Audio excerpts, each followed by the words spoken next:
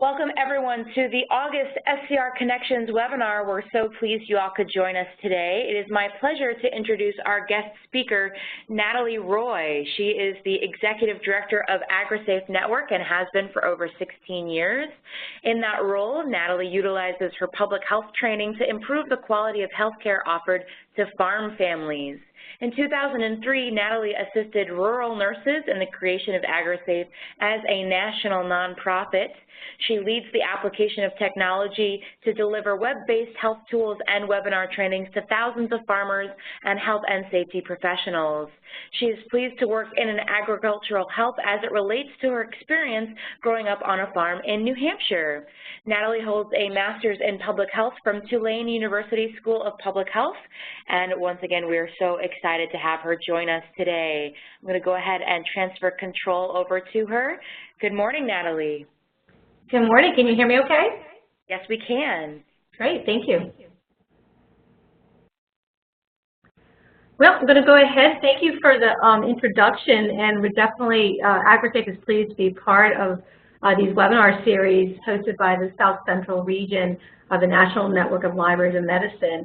And it's an honor to be part of this because we feel this is a great opportunity to really promote the work that's being done in agricultural health and safety, but to also talk about what it means to have a rapid response to emerging issues.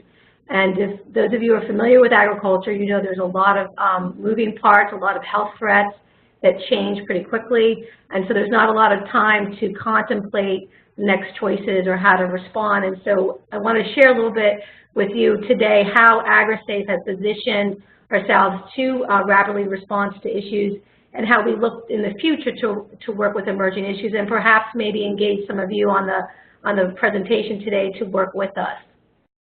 AgriSafe was founded as a nonprofit about 15 years ago in Iowa, and the idea was in Iowa to help rural nurses and doctors better care for farmers. And it was really the idea that we would focus on the work in Iowa, but we realized pretty quickly that there was a national need to protect farmers and ranchers across the nation. And so we are a national nonprofit. We see our mission to be true to this tagline, which is protecting the people who feed the world. And we know that farmers and ranchers work very hard every day to help us have food on the table, have it be affordable, have it be safe.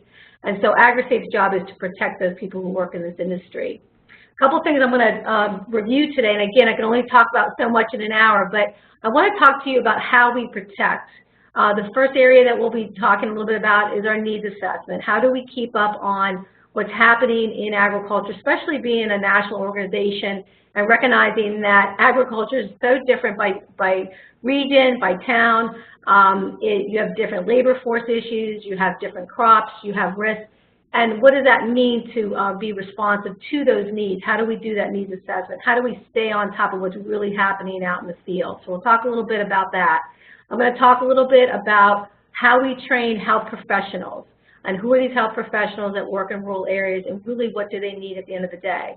I'm going to also talk about partnerships. AgriSafe is a very lean nonprofit. We have a total of 5 staff that work for us, and as a national organization, we cannot accomplish what we have without our partnerships. They are critical to our work, and we look to develop partnerships in the future that can have a meaningful impact. So think about that if you are an organization that wants to work with us, whether you're community-based, state, otherwise, we'd love to hear from you. And then finally, what does it mean to maintain a culture of readiness and organizational expectation to protect and respond? So as the Executive Director of AgriSafe, what is my job when it comes to whether or not we respond to emerging issues, and how do I lead our staff in looking at, are we ready to respond, and is it our job to respond? So I'll talk a little bit about that cultural expectation within this nonprofit sector. Going back to needs assessment, how do we assess the needs of health of farmers? And really, when you look at this diagram, and this is a total farmer health initiative that AgriSafe developed, if you look at all these circles and the words within, you see that it's very complex, right? So if you're working in agriculture, you're going to have a lot of factors that can influence your health at the end of the day. You're going to have weather patterns. You're going to have sleep disturbances. You're going to have changes in finances. it's our job within AgriSafe to focus on all of these areas, not just one area alone. And it really is a challenge because in some cases, we might be better able to respond to issues directly related to a hazard versus how are things happening in the healthcare industry that can impact farmers. So when you think about our assessment and you think about the work we do, I want you to think about this diagram because really it's a responsibility to look at all these issues. This total farmer health concept was adapted from NIOSH's Total Worker Health, which is an initiative to understand and shift our work in worker health to recognizing that it's not just workplace injuries and illness that we care about, but what is it about that workplace that there's other factors that can impact that person's well-being. A good example is if you're a teacher and you're busy all day and you're caring for kids and teaching, and yet everything you have options for food choices are just sort of kind of like junk food or whatever's in the lunchroom. You're as an employee, as a teacher, you're not getting good food choices that can help you live a healthy life. That's an example of what we call total worker health. What are the other factors that make it difficult or that impact that person's ability to stay well, not just the particular risk within that occupation? So that's our job at Total Farmer Health. We've got to look at these issues. We can't ignore them. A couple of them, just highlighting a few of them. Hazards are the first one that come to mind, and certainly there are tons of hazards within agriculture, very diverse depending on what you're doing, of course. But one of the things that's key with this occupation is, unlike other industries where somebody may be going into a factory and doing like repetitive motion and get ergonomic issues, in agriculture, 1 week someone could be welding, the next week they could be moving livestock, the next week they could be unloading grain. And so you don't have a very predictable system of hazards that come, and they change frequently. That makes this occupation and this industry very hard to work with. Sleep, I just give this as another example. You know, we know when harvest season comes, you don't have the ability as a farmer or rancher to say, well, I'm just going to get those 7 to 8 hours that people say I need. So we know absolutely that sleep disturbances can cause an increase in injury. We need to look at initiatives to deal with this. Financial, I'll talk a little bit later about what we're looking at with some emerging issues as it relates to the financial situation in agriculture. Unfortunately, as many of you know, the dairy industry is being hit hard by the milk prices, and this is a direct effect. Obviously, in agriculture, there's tons of risk in finances because there's so many inputs into the farm. So we know that any shifts in prices can dramatically affect somebody's ability to farm well, and can result in health issues. Speaking of other financial issues in agriculture, healthcare. Ability to afford health care. Those that work in agriculture represent really a self-insured market. Okay, they tend to purchase their own health care. They do not have an employer that will purchase it for them. And they also represent a group that's considered underinsured. I just give you this example because, again, our charge, our responsibility within AgriSafe is to look at all of these factors. I'm just highlighting a few. Now, can we make a strong impact and dent in each of these? No, but it's our duty to monitor what's happening and then to be able to raise awareness with the appropriate groups in terms of what's happening in these shifts, for example, in healthcare and how we think it might impact farmers. One of the ways that we stay on top of these very dynamic, moving issues is our web-based learning. We could not offer the quality webinars if it was not for our network of partners and professionals across the country. So AgriSafe for many years has been offering web-based trainings. We bring in experts across the country that are really experts in their field. We're always open also to presenters who are not necessarily ag-focused but have a strong commitment to rural health. So think about that. If you have contacts or you yourself are interested in presenting through our platform, we would be happy to entertain that. We feel that web-based learning is an important strategy, especially with the cost of attending meetings, and we're very proud of our library, our on-demand library. So think about that as a resource as well. I know that there's several librarians, public health librarians on this session right now. I do hope that you can link to our training library as a resource for the people you serve. Another area that's very important to us in terms of training is training the nurse. AgriSafe was founded by nurses, We believe that rural nurses are in the best position to really be that champion in their community. And so we founded the AgriSafe Nurse Scholar Program, which started this year. We have our first group of, I think there's 33 nurses, and they are all learning about this field through a distance learning experience. They're getting 18 credit hours, and they represent nurses from Hawaii to Nebraska to Maine, across the nation. Phenomenal student group, as well as the instructors are just top-line instructors that are primarily nurses in their field. This Nurse Scholar Program will continue after this first round. We'll start up again in January. I do hope that you will let other folks know about it. We were able to offer nurse scholarships for about 20 nurses this year, so they weren't having to pay for any of the distance learning, so we're really excited about that. Other types of training we do, on-site training is very important. Because there's not many staff to AgriSafe, like I said, we're a lean group, our role is not necessarily to always be on that on-site location. This is an example of a hazard mapping curriculum that we did at an FFA meeting. This hazard mapping training is really interactive. We'll be doing some trainer exchanges here in the next couple of months where we'll train other people on youth modules that we've developed. We believe our job is to train health and safety professionals to then be that front line person in their community. It's not AgriSafe's job to go out to all corners of the country. It's not efficient, and we're not utilizing the capacity of those communities. So look to that as well. Our trainer exchanges will be rolling out shortly.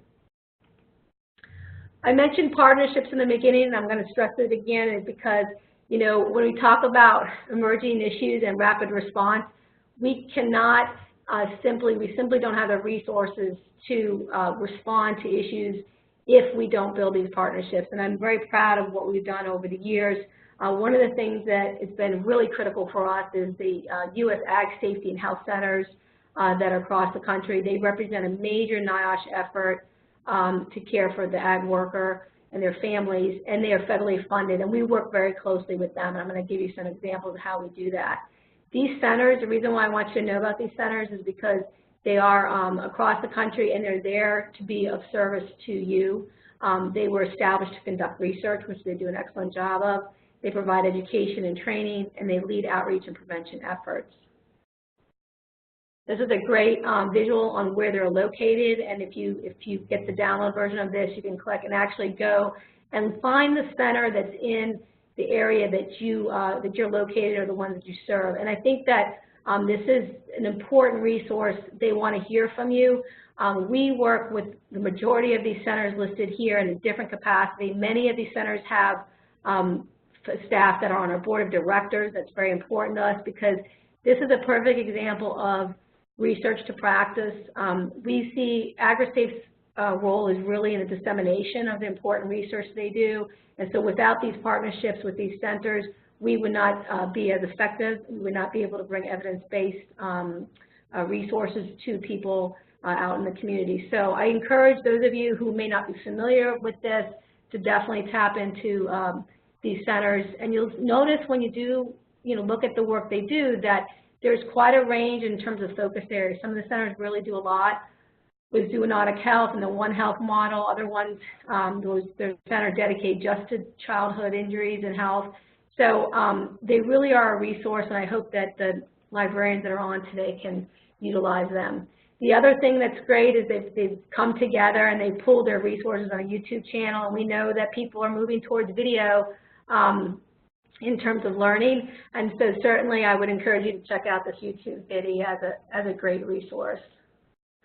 These are just some of the logos and the different ways you can connect with these centers. You can see their social media outlets. They're very savvy when it comes to social media, and I think that if anything, if you can take the region that you're from and make sure you're well connected with these ag centers, I think you're going to find a lot of value in that. This is a good example of an initiative that we have with a center in Nebraska, the University of Nebraska, CS Cash. They've been a great partner with us for so long. They've allowed us to really develop our women's initiative. We have some pilot funding from them for that, and because of their funding, we've also been very successful in working with Farm Her, which is an organization that does, through media, promotes agriculture and women. And so you know, the centers, even though they do quite a bit of research, they also understand that these partnerships with media outlets are important. And so this is a great example of how we've come together to make an impact. Another center that I want to bring your attention to is the Southwest Ag Center, because this webinar is hosted by the South Central region, so I'm thinking there might be more folks from that area of the country on this webinar right now. Would be your center. If you are from these states, reach out to them as well. They certainly want to hear from you, want to see how they can be helpful. This is another one just sort of on the opposite end of the country here up in New England area, and so this center actually, you can see they've got a good focus on fishing, forestry.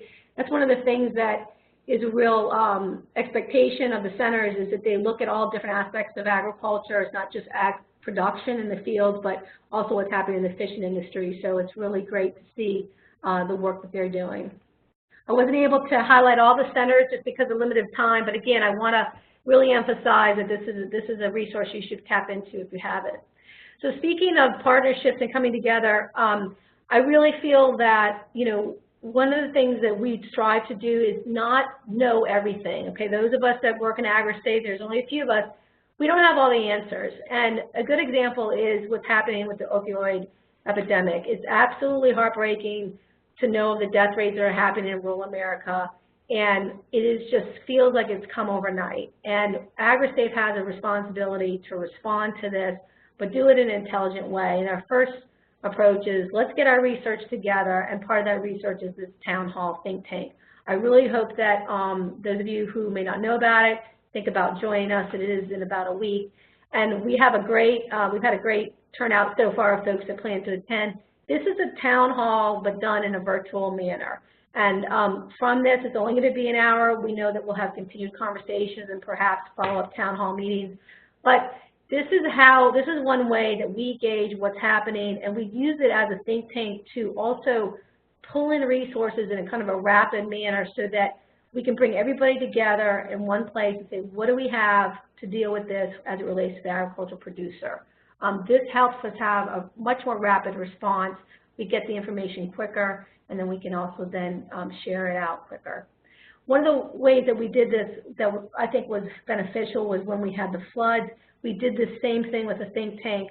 Unfortunately, in 2006, Louisiana was hit hard with flooding. 21 parishes were designated as federal disaster areas. Many of these parishes were in rural areas. And I live in Louisiana, and my colleague, Misha Rose Davison, does as well. And literally 10 miles away from us, we had farms that were flooding. And we sat in our offices and we said, what is happening? What is the response? What is the response for farms? Because when a farm floods, it's very different than when a home floods. And both are awful situations, but you have a lot of different risks when farms flood.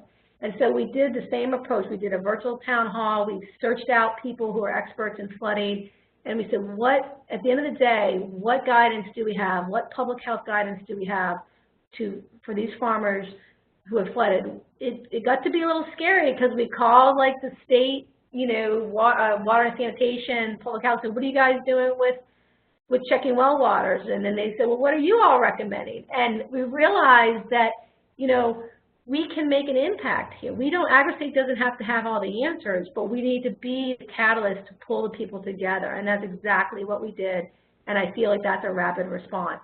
So in 2016, we started pulling together. We did this think tank. We developed a resource that we think is, you know, meant for producers, quick reference guide. It does not cover everything there is of farm health threats. Certainly we know there's more. But this guide is intended to actually be customized. So if you're from a region and you've got resources, we can customize that at the end. We want this to be useful.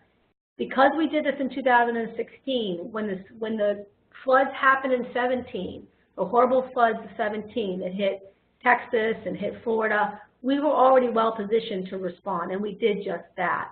And we did that through a series of webinars, and because of our partnership that were established, we didn't have to gain that trust. That trust was already there. And again, there's still so much work that can be done on this, and certainly what we want to see at AgriSafe is our ability to, you know, reach out, have the staff capacity, to make sure people know our resources are there. This webinar that I'm doing right now is another step to help us get the information out so you know we can be a resource, especially if it's a tight time frame. I'm just going to share a few of our resources that AgriSafe has developed just to give you an idea of the area we work in. And this one is kind of tied into this picture here of the flood, because certainly, you know, one of the big things we talk about is making sure you have the right protection. And this would be for anybody, whether you work in agriculture or not. Unfortunately, people will want to quickly respond and want to be helpful, but they don't have the right personal protective equipment. So AgriSafe does a lot of work in that area, making sure that people understand what they need to protect themselves. So you'll see this respirator guide is specific for agriculture. This is another document that explains how do you know what your exposures are, and because this is very complicated, and because most farmers do not have access to an occupational health physician, it's our job to teach public health nurses and other folks how to recommend the right respirator or extension people. This is not something that you need to have a clinical degree. This is another example of a resource we have to help choose the right respirator, getting people to think about what are their exposures, they're exposed to dust, fumes, to make that decision. Because again, these are situations where we're not seeing a lot of people wearing the right personal protective equipment because they don't know what to choose from. So what was nice about all this work is that when we respond to a rapid response of the issues, we already have all of these other resources in place, so it's easier to deliver. I'm going to just touch upon some of the things that we're looking at working on in the future and kind of where our timeline is on that, so you can see about responding to emerging issues. Part of this rapid response is like you have to rapidly respond to the issue you're dealing with now, but you have to also be ready for what's coming down the pike and recognize that it's kind of a moving target, unfortunately. The wildfires were awful last year. The respiratory health issues were of concern. There was very little guidance on what type of respirator to use. And so we are fortunate because starting next week, we have an environmental health graduate student who's going to be working with us at a very intense level to help us work on the wildfire initiative. And one of the reasons why we've been successful in responding to issues, even without having funding for them, is because we've been very collaborative and creative in who are the experts out there and do they need that experience and do we need their help. And so the intern that's starting with us is a perfect example of that. So you'll see more rolled out on that. The other thing I want to mention in terms of emergent issues that we have not responded to it as of yet, but we know that it's definitely, you know, connected to other problems as well in terms of substance abuse and such, is that a suicide rate. You know, it is awful to think that of this industry, they had the highest rate of death by suicide among all the occupations. AgriSafe has to put out some guidance on this. We have to have a campaign to respond to this. There's some great work being done by folks. We don't have all our ducks in a row what we're going to do with this, but just know this is an area that we know we can't sit idle, especially time is of the essence. So it's of great concern to us, and especially as the prices in the farm economy continue to not favor farmers, we're very concerned about this rate and whether it will go up. So this would be definitely on the top of a list of an emergent issue. I'm jumping now, just in the interest of time, just to kind of let you know about some of our resources again. You know, one of the ways that we try to make sure we have a culture of readiness within the organization is our intake of information in terms of risk. And one of it is our health risk assessment, which this one here is developed for women, but we have a general one. Not only is this health risk assessment could be valuable for the person taking it, but it's also valuable to us because we can get a sense of what some of the health concerns that folks are dealing with. This health risk assessment is being piloted in local health departments in Nebraska as an actual initiative through the health department to better assess risk, but to provide guidance. So this is an example of some work we do where we use web-based tool, and this is the only health risk assessment available in the U.S. that's ag-specific. So we're really proud of it. It's free. We hope folks will know about it.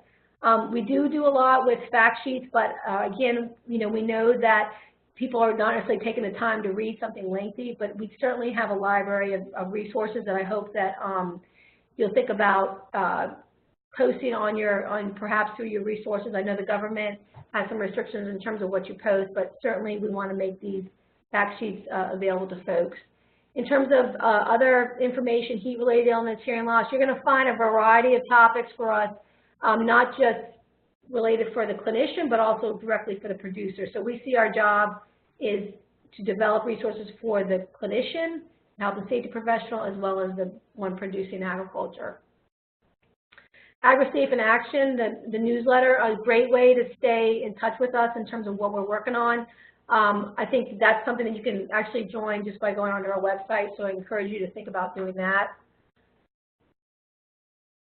In terms of membership, we do have a variety of memberships available, and really this membership is important to us because it shows that we have a following in the work we're doing. So I would encourage those of you who are not members to think about either becoming one as an individual, organizational.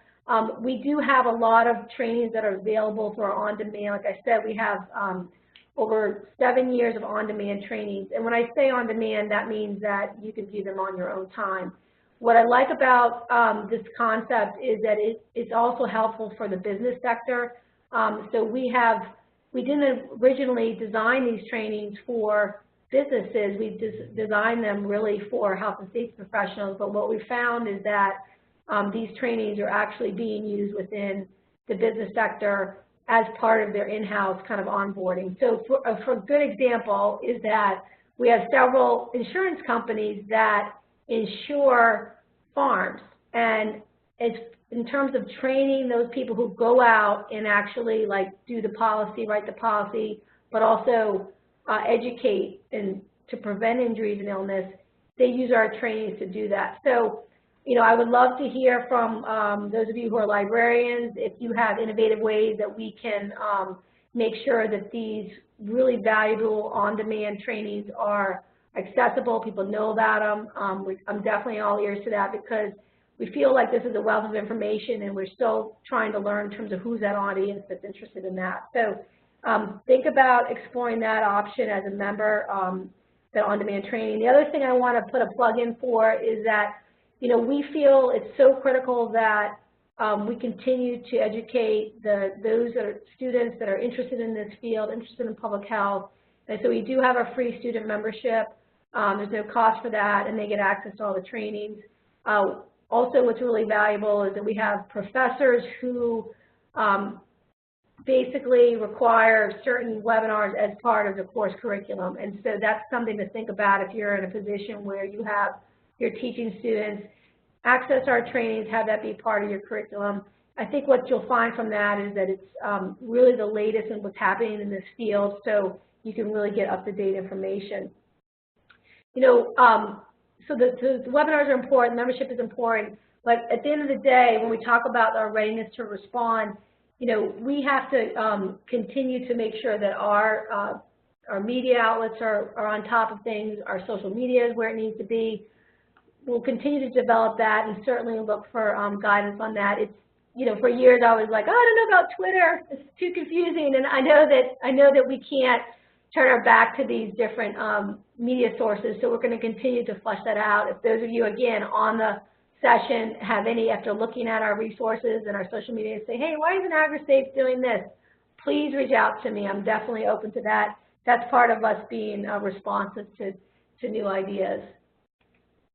So yeah, this is the thing about social media. And I just want to put a plug in again about our interns. And I can't say enough about what it means to have interns. And I'm using just a few minutes here just to put a call out and let you know that we had phenomenal interns in the past. We have great interns today. We are open to having interns that are virtual, so they don't have to be based here in Louisiana and working with us, you know, in person. But, you know, about a year ago, actually 2 years ago, I asked folks at a conference, a professional conference, how do you get ready for emergent issues? Do you have the funding for emergent issues? Like, are you prepared? Do you feel like you have adequate money to deal with an issue that came up after perhaps you wrote a grant, right? Because a lot of us are grant funded. And when you write that grant, you need to know what you're talking about. You can't say, well, we're just going to talk about an emergent issue. No, you need to know what that emergent issue is. Well, the problem is from the point in which that grant is submitted to when it gets accepted and funded, a lot of time has passed. And so you have a situation where, wait a minute, you start to realize you might be an organization or an ag center or a different, well, I don't have funding to deal with this emergent issue, an opioid, for example. So how do we respond? And unfortunately, you know, the lag time there makes it hard to be responsive unless you're positioned yourself staff-wise to really tap into that talent that's out there. And I think one of our successful strategies, AgriSafe strategies to deal with this, especially since we don't have a lot of hands on deck, a lot of staff, is engaging in these interns that want to learn, that want to contribute.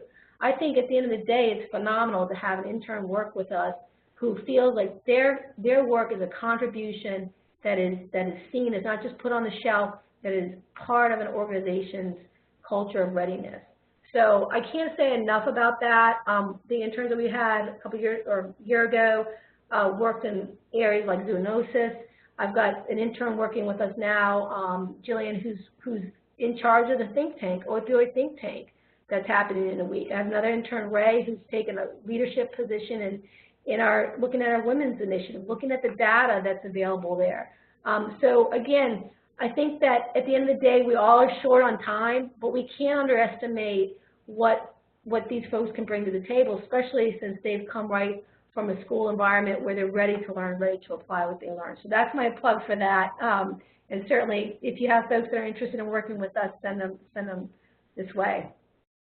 In terms of our team, I said there's only 5 of us, and actually all together we make up 3 FTEs because several of us are part-time, I'm full-time. But I just show this to you because, you know, we're ready to respond. We want to be there for your organization. This field in agriculture is absolutely, it's just so rewarding because we know at the end of the day the people that farm, that ranch, it's a love calling to what they do. And so our job with AgriSafe is to make sure they can do it and do it well. We don't want to see a situation where people are suffering from poor quality of health because they have skin cancer or they have lungs that represent a smoker even though they're not a smoker. They shouldn't have to suffer from health disparities because of their occupation. And so we know there's still lots of work to do in the future, but certainly thankful for the people that have made it possible for us to make the impact today. So I'm going to close at that and see if you have any questions. Thank you so much, Natalie. A great presentation. We'll go ahead and give a couple minutes for people who might be typing their questions in the chat box. You can go ahead and type those in there, and we will field them for Natalie. Natalie, I'll go ahead and start with a question for you. Certainly, you've talked about several of the health threats that are facing this agricultural community. I know that the opioid epidemic is certainly one of them. What do you think is one area in which librarians might be able to be of the greatest assistance in dealing with some of these agricultural health threats?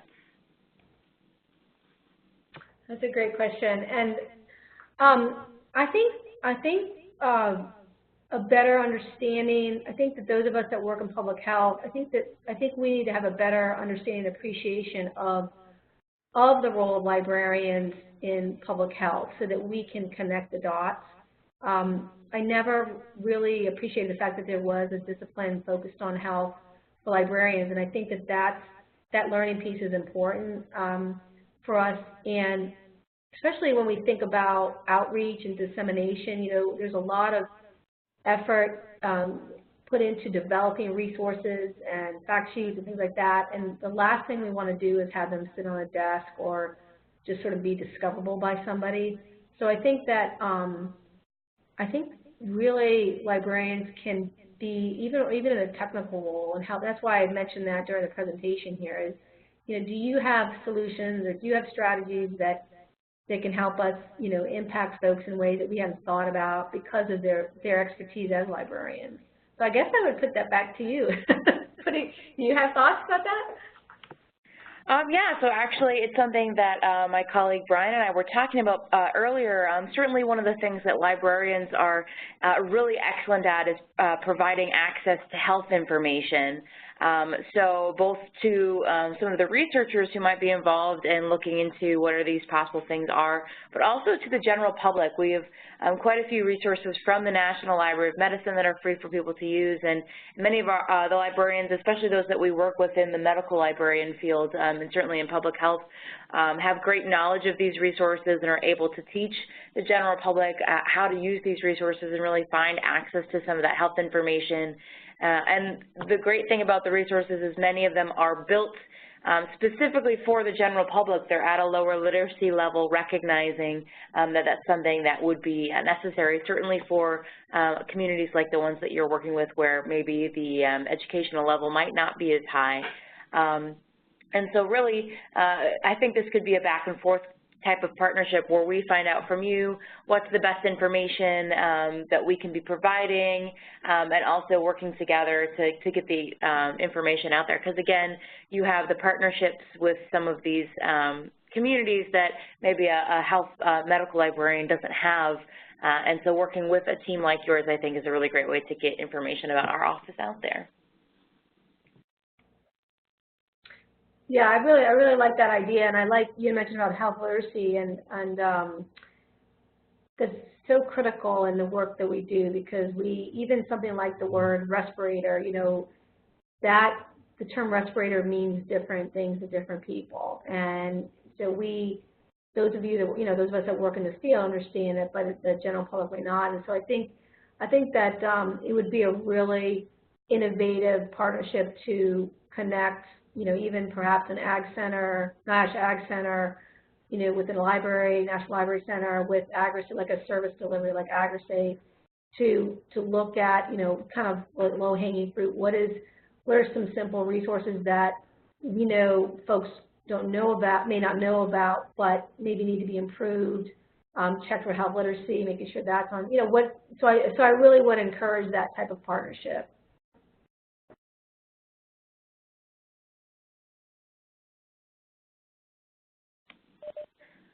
All right, great. I think it's a really great discussion that we're having right now, and this is one of the reasons for all of our attendees. We really love having people like Natalie present, just making us aware of what are some of the organizations out there and the work that they're doing, and getting us all to think about how we could be working with them in the future. Certainly, we still have plenty of time for questions. If anyone does have a question, feel free to go ahead and type it into the chat box. If you think of a question later and you're like, why didn't I ask that? You can also certainly feel free to reach out to us, and we'd be happy to pass it along to Natalie as well. Great. I have a couple of comments here in the chat box. Farmers market seems like a really great place for outreach that we could be doing together. I like that idea, Kelly. Here's a question, an article yesterday from 2018 where the CDC is saying maybe they were wrong about the suicide rate. Oh, I know that was one of the things, Natalie, you had in one of your slides. Have you heard anything more on a timeline to publish or update that statistic about the suicide rate? Yeah, I really appreciate that that question from Amy, and certainly we'll check on that. You know, I think that the concern we have with this, I mean, I think the rate, I would doubt that it's going to be a big change. In other words, I think it's still going to be a leading occupation. So I don't think we're going to. So I'm doubtful that it's like a big change in the rate. But I think what we have to recognize is that, and I was at a meeting a month or so ago, and they were talking about the tariffs and what's happening in the dairy industry, and folks getting really stressed and frustrated. Is that this is an occupation that has an incredible burden, financial burden on their shoulder every day, and there's a breaking point, and so I would love to see a system where, rather than being reactive to bad farm prices and such, where we then kind of scramble to see, well, what resources are available for farmers, that the system is already in place before that even happens. Because we know in the farm economy, it's going to go up and down, and it's not going to. There's going to be a correlation there, and what we can't do is there's not time. Like right now, there's not time to wait. So, you know, I would like to see, you know, one of the questions someone said, do you know of any specific efforts to address suicide issue? And I think that it's, my understanding is it's really, it may be commodity specific. Like I know, for example, in the dairy industry, one of the big things that hit the news was that when they were sending out the milk checks, they were also sending out, like in the same envelope, information about suicide, like hotlines, and that got a lot of media attention. So I will say, to be honest, AgriSafe is not well positioned right now to even have a response to this, but I feel like it's our job to, you know, assess, do the inventory, say, well, who's responding, and then look at doing a similar process with a think tank. My biggest frustration is that it's just, you know, every day that goes by that we don't respond to this as a national approach, then we lose farmers. I mean, don't get me wrong, there's phenomenal things happening, I'm sure, in communities and statewide, but it's like hit or miss, and I know other people want to learn from that. Thank you so much for sharing that, Natalie. Certainly a very, very big issue, and hopefully more possible responses can be developed in the future. We do have another question here about the membership to AgriSafe. It's specifically about, do you have any idea how many rural hospitals have membership? And I'm wondering if you could talk a little bit more about what types of organizations have that membership to AgriSafe. Sure. That's a good question. So we, as far as rural hospitals, I don't have exact numbers on that. I think that we have a category called organizational membership, and so that organizational membership covers up to 5. And I think so anyways, it's 5 folks, and we do have hospitals that will come in under that. But you tend to see more, from the clinician standpoint, more individual clinicians versus like an actual hospital system being a member. And so I would say we probably only have, I'm guessing, it depends. There's some big healthcare systems, but we probably only have maybe 30 hospitals, so just like nothing, you know, because we haven't really done any outreach directly to them, and frankly, we haven't done any strong membership campaigns to hospitals specifically.